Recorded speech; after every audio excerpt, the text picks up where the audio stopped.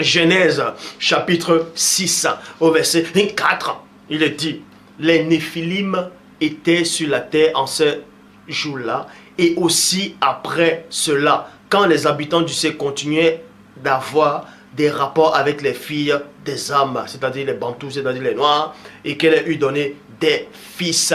Des fils. Vous pouvez aussi voir cela dans la mythologie grecque.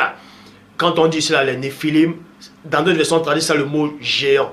Certains qui sont des bébés spirituels vous disent, ouais, mais Néphilim, ça ne veut pas dire métis comme ça veut pas dire métis, ça veut pas dire de blanc, de métis comme tu le dis. Néphilim, ça veut dire géant. Si vous ne connaissez pas l'histoire, vous fermez vos bouches. Néphilim, ça ne veut pas seulement dire géant. Parce que même vous pouvez cela aussi dans la mythologie grecque. Les Néphilim, il y avait aussi des géants qui sont comme sont des cyclopes. Et Néphilim aussi, ça veut dire Hercule aussi. Hermès, Hercule, c'est-à-dire Héraclès, Achille, c'était tous des Néphilim. Mais c'était des humains. Achille, dans la mythologie grecque, le talon d'Achille, c'était un Néphilim. C'était un Néphilim. Par sa maman, c'était un Néphilim. Il avait la taille des humains. Un Néphilim, ce n'est pas forcément un géant.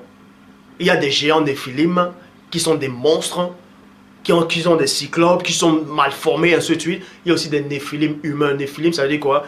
L'union entre les anges et les humains. Point barre.